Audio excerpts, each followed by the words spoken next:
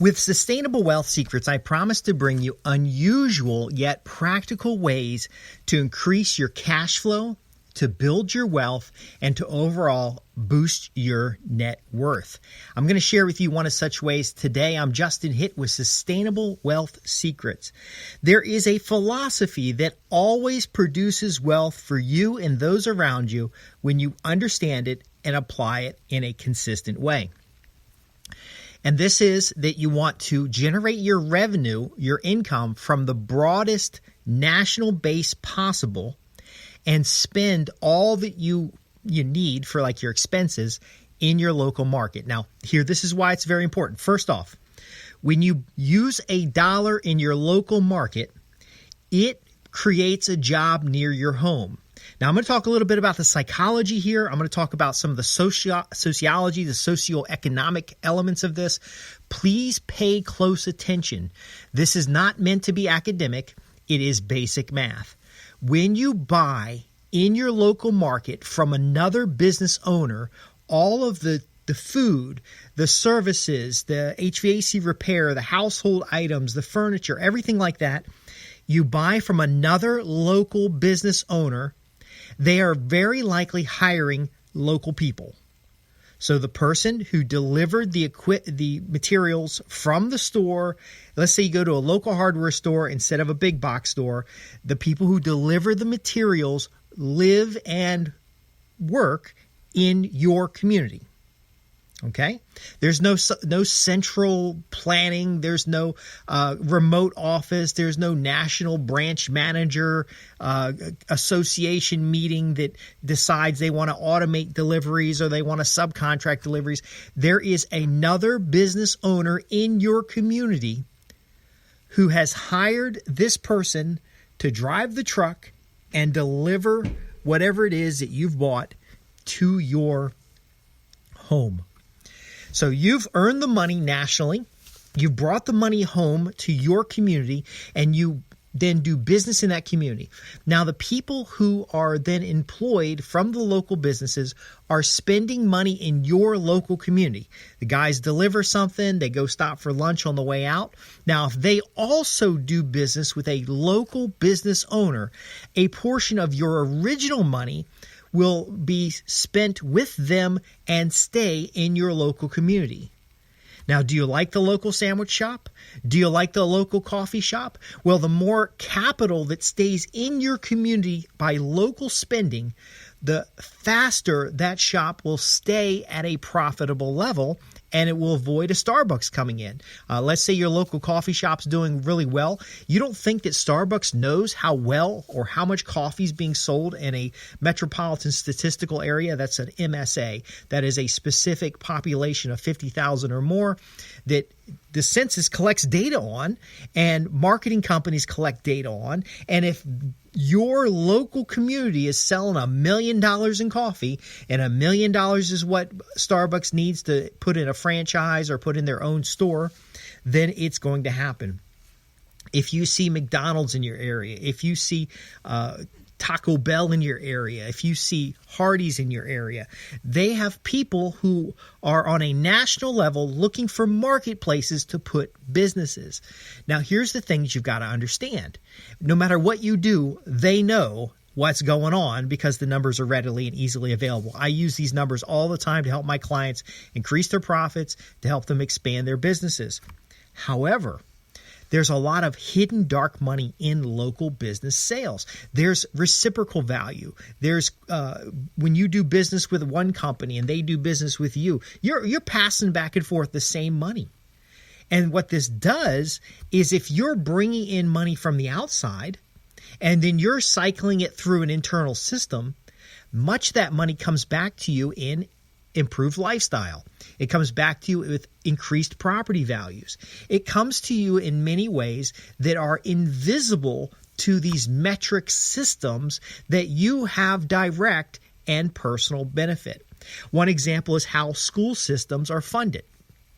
Your local school system, whether you participated in it or not, you may send your kids to private school, you may send them to public school, but your local school system in the United States is funded by taxpayer dollars through property taxes.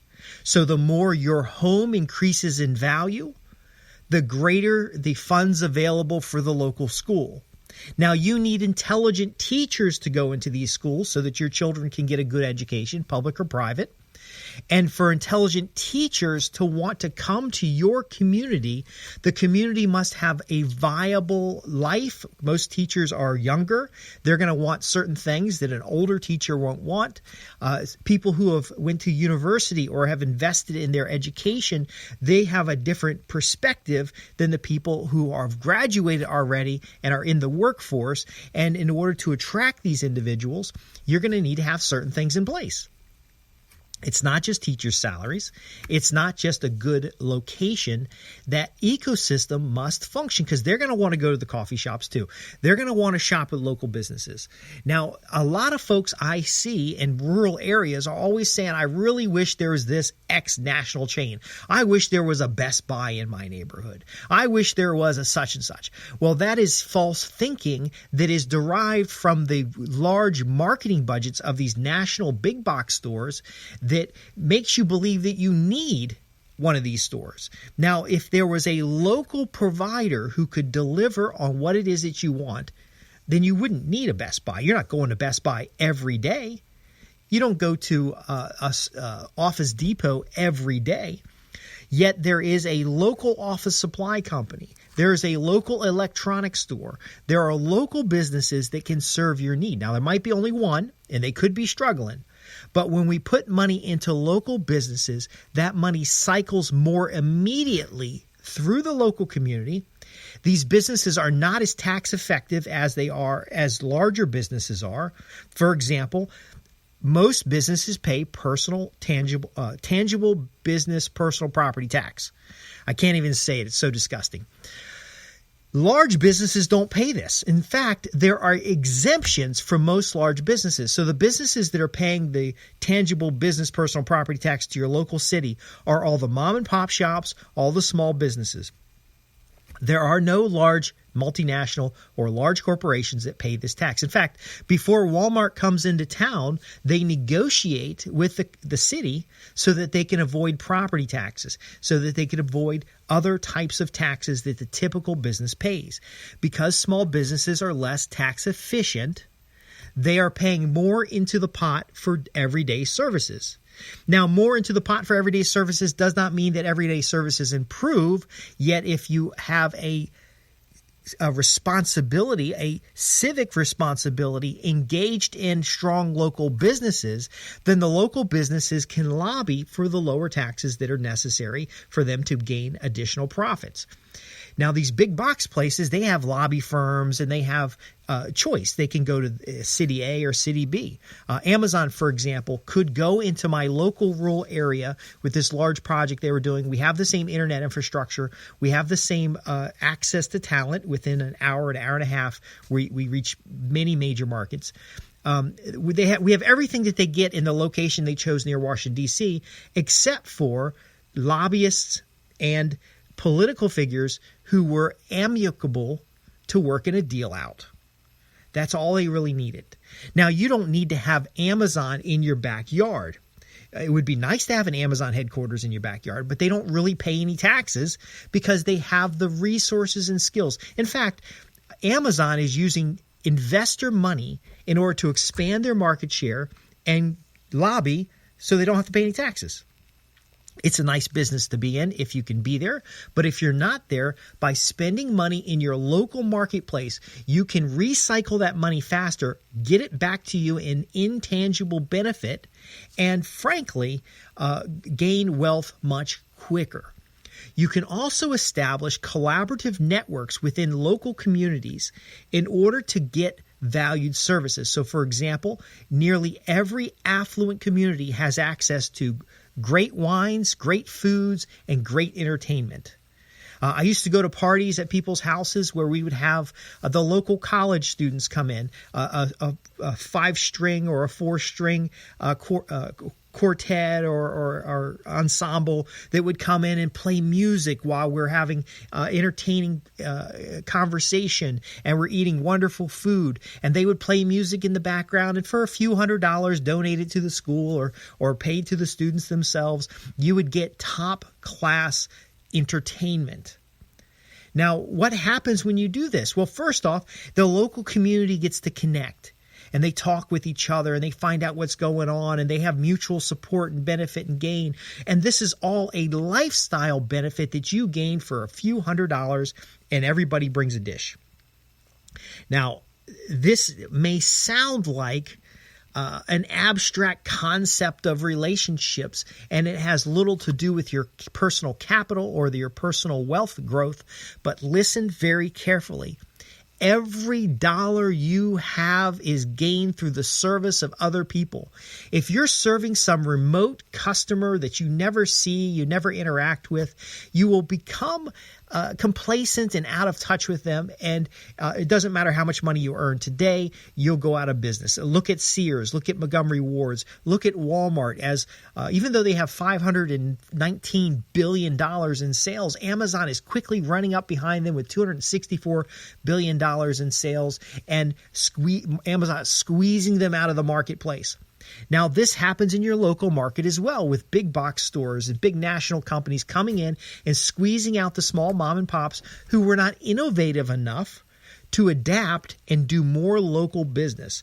Now, I'm not saying that you need to have handshake deals and one person scratches the other person's back, but if your neighbor owns a business, it is up to you to determine what kind of business they're running. How can that business benefit you? How can you shift some of your spending into that business? Because a neighbor able to pay their bills because their business is thriving is a neighbor who takes care of their lawn, is a neighbor who takes care of their home and keeps it maintained and up to date. It's somebody who might inform you of opportunities in the marketplace.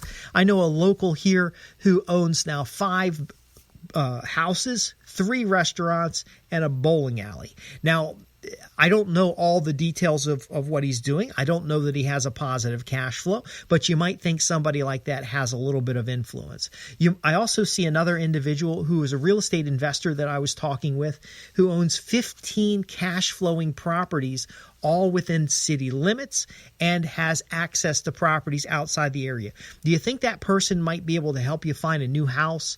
Real estate agents, for example, when I first came to Martinsville, a real estate agent worked with me.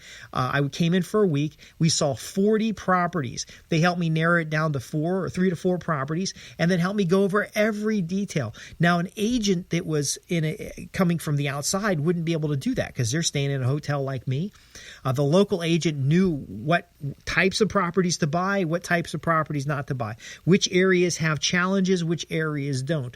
That local agent deserves your loyalty and support in such a way that they become more profitable, that they are able to reach more audiences, and then when you need their services again, they're available. So I'm gonna share with you now the concept that may seem abstract, but if you've been with me for a while, you're totally going to understand it. If your wealth is a product of the value you deliver to people, and you're able to connect with valuable local people, then when you invest in your local community through purchases, through venture capital, through other means, you're now creating this support system around you in a local market. Now, add on top of that, getting your money from a national or regional base, you then position yourself as an influencer. You position yourself as someone who is an accumulator or creator of wealth, and you start providing for yourself many intangible benefits that come with these concepts of sustainable wealth, including the obvious, which would be a quality neighborhood, quality lifestyle, greater and stronger tax revenues for your local government, greater influence over the local government. Most of your city council members are part-time people. They're really accessible, and you start to be able to leverage the value of wealth without having a lot of wealth, because according to Virginia Tech, every dollar spent in your local community is transformed into $5 to $7 of value. So you don't have to be a millionaire in order to create $1 million in value. In fact, I'm going to close with one story. I got a little frustrated with somebody coming down on me about some zoning issues at my house. And because of these zoning issues, I had to stop contributing to some charitable organizations in order to pull up some funds so that I can address these zoning requests.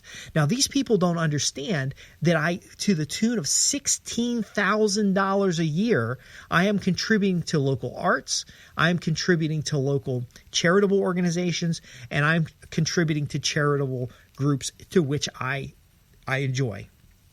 These are people I know. They have nonprofits. I contribute, and the value is immense because I know they do such good work. Now, I'm not saying this to brag. I'm saying this to show you how you can leverage that outside money to create better value inside. In fact, how I'm able to contribute $16,000 a year is not because I'm taking $16,000 out of my pocket. It's because through my networks, I'm aware of grant programs. I'm aware of matching funds and contribution programs. I'm aware of funds that are available in these little pockets of national businesses. And I will go through all the paperwork, and I will go through all the activities. In fact, my property is being managed in such a way that made me eligible for $5,000, which I gave to local businesses. I gave to local businesses by hiring them to do the work at my property, but I also got this grant for $5,000, which I assigned directly to a nonprofit organization. Now, if you're listening to this, I actually spread it over several nonprofit organizations because I don't want the nonprofits to rely on the income stream that I'm producing for them. But my bottom line is I didn't take $16,000 out of my pocket to produce value for local cash donations with local charitable organizations every year since I got, the first year I got here, I didn't quite know the nonprofits as well. But my point being is that I had to stop that because somebody in the local community didn't know the value that I'm delivering. Now, what I ended up doing, though, is I found out who has these problems and why these problems are there. That's a different conversation that we can talk about keeping the wealth that you create. But ultimately, these networks, and I'm not talking about multiplying value. I'm talking about for every dollar that came out of my pocket, I went and found money outside of the community and brought it to the community. When you're able to do this, and when you do it on a consistent basis, your income multiplies into intangible value in the community, which reduces your expenses, which creates new opportunities to which you may be informed, and then ultimately boosts your net worth, boosts your security, boosts your ability to keep and create assets that cash flow, and ultimately delivers what is not available to other people. Now, if you have questions about what I've shared here, because it is a concept that is ultimately easier to demonstrate in the physical world than it is in a 15-minute podcast, if you have any questions about what I've shared here, I'm Justin Hitt with Sustainable Wealth Secrets. You can visit me at www.sustainablewealthsecrets.com. This has been about the concept of drawing national or regional income into a local marketplace by doing business with people you know, establishing an ecosystem where those dollars circulate, and then ultimately looking out for that community so that it's a better place to live, it has lower costs, and it has a better quality of education. Because ultimately, it's going to be your kid's summer job, it's going to be your neighbor's job, it's going to be somebody you know who gets this benefit and ultimately moves forward to secure your whole region. Again, thanks for listening. I always love to hear your questions. In fact, they inform me on what topics I should cover in the future. And if you need specific help on sustainable wealth, I'm here for affluent homeowners and entrepreneurs who want to boost their passive cash flow by purchasing assets that cash flow. Oh my gosh. By increasing your net worth and ultimately turning more of your income into wealth. Thanks for listening.